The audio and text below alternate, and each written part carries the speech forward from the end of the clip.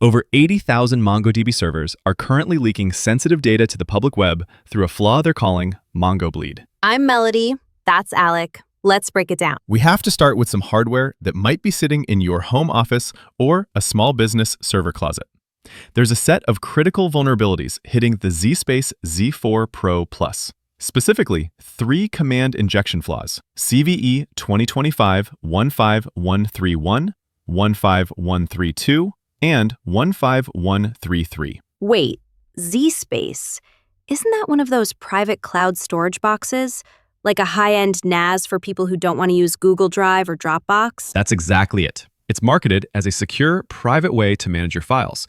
But these 3 flaws are about as bad as it gets. They're located in the HTTP post request handler.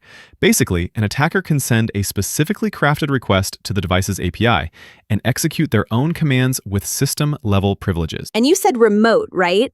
So if someone has this plugged into their router and they've opened a port to access their files from the road, they're basically leaving the front door unlocked. Worse than unlocked. It's like having a door that opens for anyone who whispers the right word.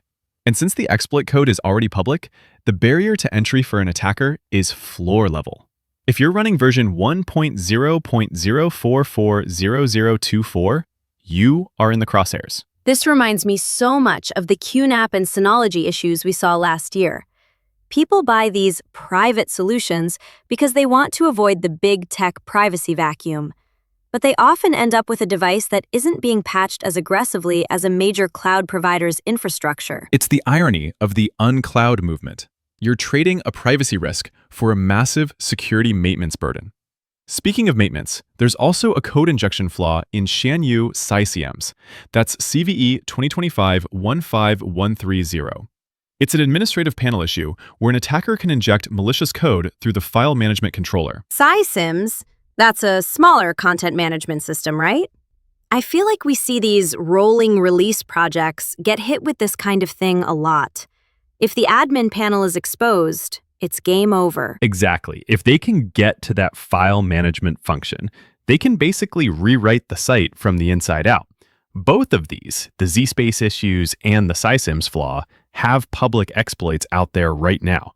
If you're using them, you need to pull them behind a VPN or off the internet entirely until you've confirmed a patch is applied. Okay, so that's the hardware and the CMS side. But Alec, we have to talk about the headline. MongoBleed.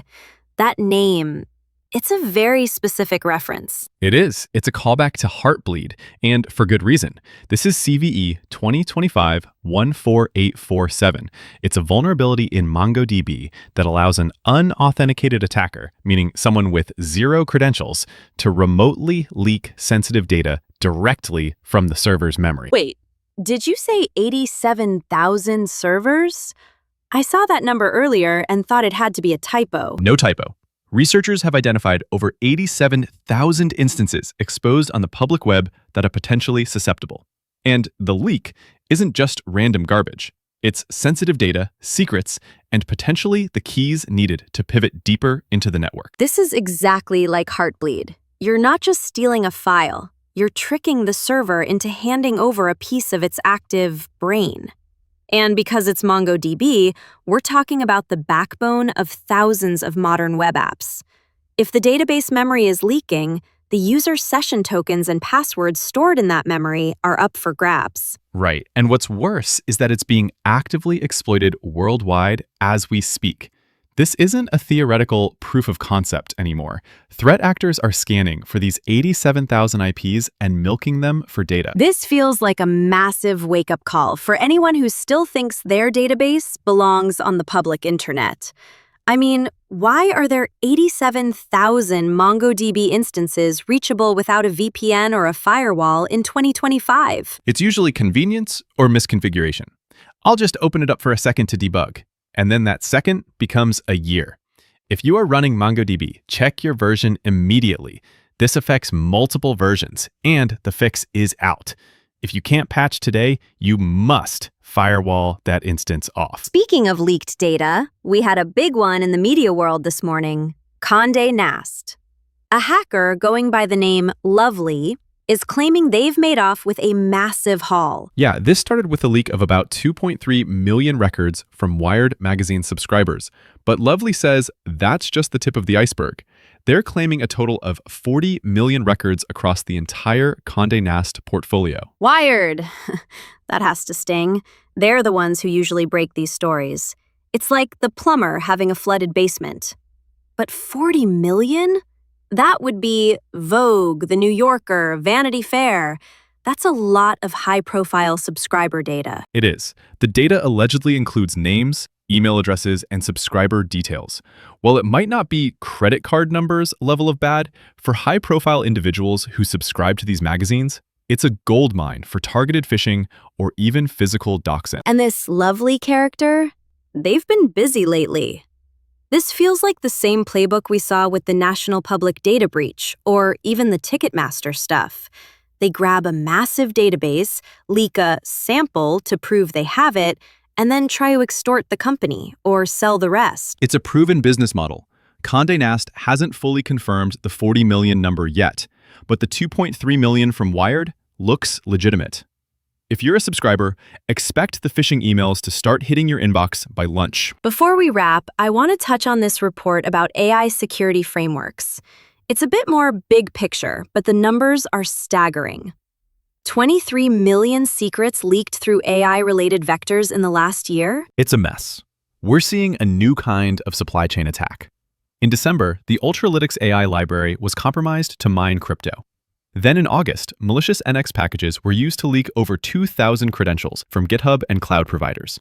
The problem is that our traditional security frameworks just aren't built for how AI developers work. It's the speed, right? Everyone is rushing to integrate AI, so they're pulling in libraries and packages without the same level of scrutiny they'd give a standard enterprise tool. It reminds me of the early days of NPM or Python's PyPy, where people were typo-squatting packages, but now the stakes are higher because these AI tools have access to the entire corporate data lake. Exactly. If you're using a library to help your AI remember things, and that library has a vulnerability, you're potentially leaking your entire corporate memory. We saw that with ChatGPT vulnerabilities earlier this year. 23 million secrets. That's 23 million API keys, passwords, and tokens that are now in the wild because of a rush to be AI first. It's the move it thing all over again. A single point of failure in a shared tool that everyone thought was safe. We really need to start treating AI libraries like the high-risk supply chain components they are. Agreed. If you're a security lead, your priority today is MongoBleed. Check your MongoDB versions and exposure.